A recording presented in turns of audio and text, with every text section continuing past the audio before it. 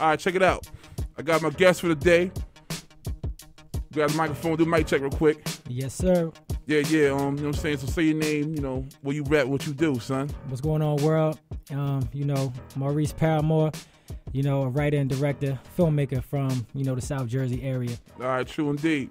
All right, so, the reason why I brought him up here, because he made a movie. You know what I'm saying? He directed the movie. He wrote it yourself, right? You wrote it yourself? Yeah. I wrote it and, directed and produced it. All right, true indeed. So, it's always hip-hop related. That's why I brought him in. So speak on that. Oh, yeah. Me being a hip-hop head, I've been doing, music before I was even into film. So it almost made sense to do, music and hip-hop in a sense. But, Freestyle Love is the name of the movie. It's pretty much a hip-hop love story. And it's about this guy named Tommy, played by T-Dot from Willingboro. He's inspiring to be a teacher. And he has a talent to rap. So he pretty much becomes like the target of these local gangsters from the Philadelphia area who bet on battles. They do all kinds of street stuff, run little pool halls and gambling spots, and they figure they can get a little bit of money off this dude. So they pretty much lure him in, to get into this underground world of battling. So it's a lot of little twists and turns in there, some seductive stuff that I don't really want to, blow the whole movie. But it's definitely a nice little twist that you might want to check out. Yeah, true indeed. I already seen the early preview of that, you know what I'm saying? So, this is your first one, too? Yeah, this is the first one. First movie I wrote and directed. So, I'm proud of it, but it's the first, it's my first project. True indeed. Man, I seen the film myself. I ain't going to speak too much about, how the storyline go. But I was satisfied, man. At first... Yeah, the first, I'm a hardcore critic, man. Like, nah, This niggas is whack. But yeah. I watched John, like, okay, this nigga for the case is presentable, the artwork, on this artwork, they had the menu, all that, you know what I'm saying? Yeah. The storyline brought me in. And all the actors were first-time actors or what? Yeah, most of everybody that played in the movie was first-time actors, besides Thomas Randolph, that plays Freddie Belvedere, the gangster. I call him the gangster for Freestyle Love.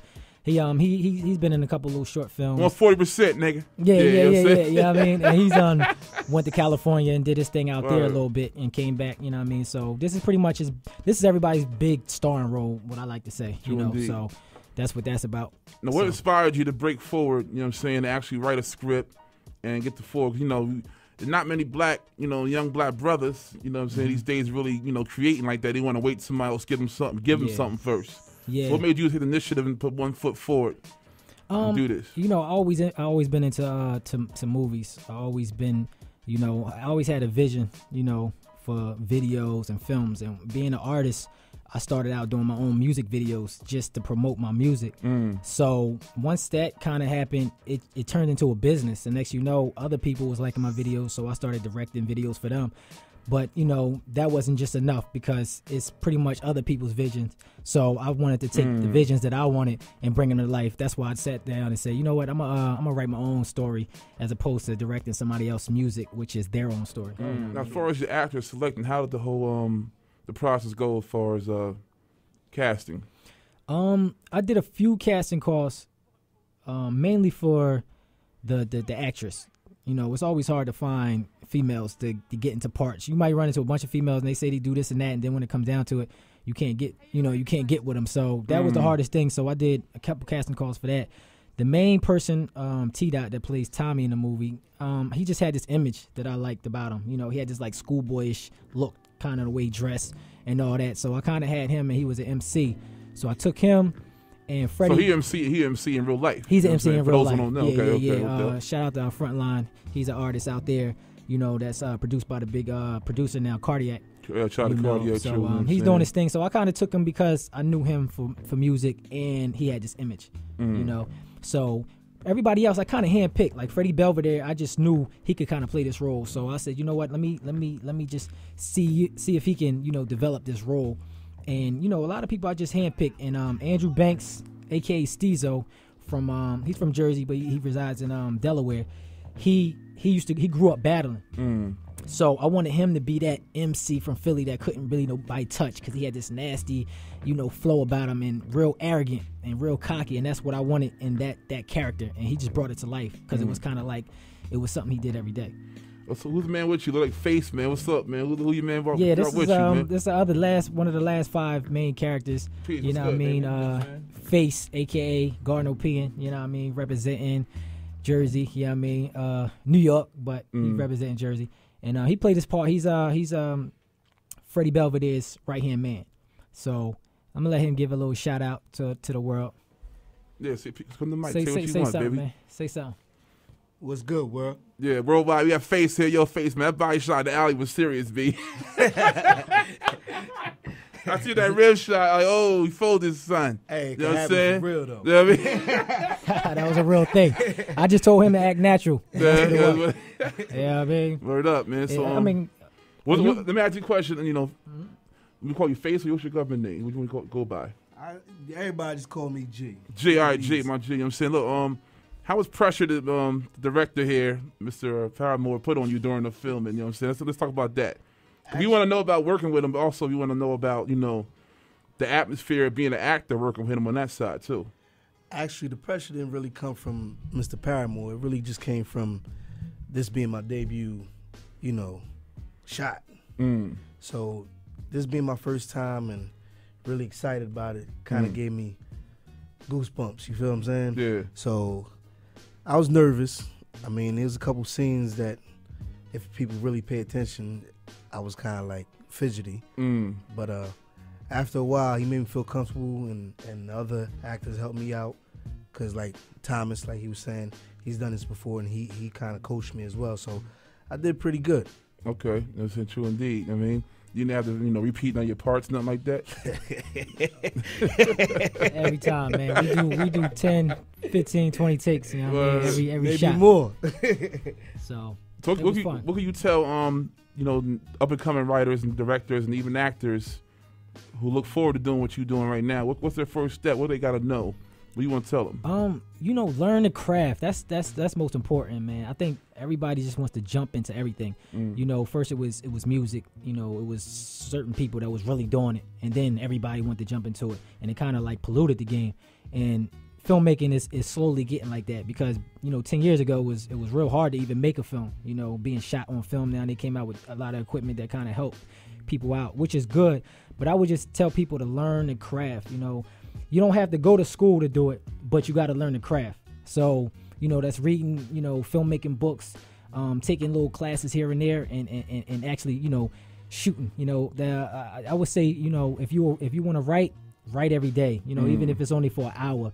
If you want to direct every weekend. You know, write a little 1-page thing, and then find a couple actors, and then act it out and shoot it out. And then next, you know, every month you getting better. But you got to learn the craft, man. You got to learn techniques. It's a format behind all this, and then you take your little tweaks and you develop your craft from there. You know, true indeed. So learn the craft, man. So you don't cheat the game. So do you went to school yourself for this, or you just all from the heart? I went to school for communications, so I learned the foundation of like editing and certain video stuff. Filmmaking, no, I self-taught myself with filmmaking. I never took any filmmaking classes, but you know, I studied, so you know, I learned from the people that was doing it. I read a lot of books, and then I just started, you know, doing my own little thing, and then next, you know, I was getting it. All right, let's get deeper into it. Like, okay, what kind of camera you use, man? You know what I'm saying? 3CCD or yeah. You know, they got professional digital cinema type cameras. You know, and I use a Panasonic DVX 100B. You know, it's a you know, camera that we used to use when I went to school in William Patterson, and it's got a good you know, image for cinema, digital style. And you know, Final Cut, you know, that's a standard for anybody, any editors out there. That's what I use too. You know, Final Cut is a good Final Cut Pro is a good program to get you, you know, get that real quality look. And you know, but it really, honestly, it's not the equipment, man. It's what you do with it. That's what I learned. You know, so a lot of people be running out getting all these crazy cameras and equipment, and they don't even know what they're doing. So you can give me a little handheld, and I bet you I can put something out there that's decent. So it's not really what you have, what you put into it. You know what I'm saying? What you put into it, and the work you put behind it. You know what I mean? That's what I tell everybody. Everybody always asks me about the equipment I use. Really, I just tell them it don't matter. You know? But I'll tell you that, you know what I mean, what I use, because it's cool. True indeed. Now, there's two levels I'm dealing with here. I'm dealing with the psychological aspect and the financial aspect. First, on the psychological aspect, what was the hardest part from beginning, point A to point Z of the project, psychologically? And the second question, is what's the hardest part financially making a project from A to Z?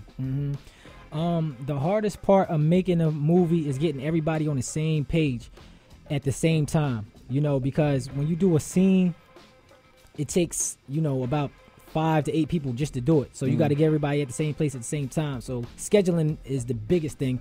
And then I would say second is the personalities. You're dealing with a lot of different characters and a lot of different egos, and people want to do it this way and you want to do it this way. So, those personalities can clash a lot. So it's really working with people and letting people know that it's your project, but you're still open to their visions. But they got to understand that ultimately it's your vision. You know what I mean? Yeah. So working with that.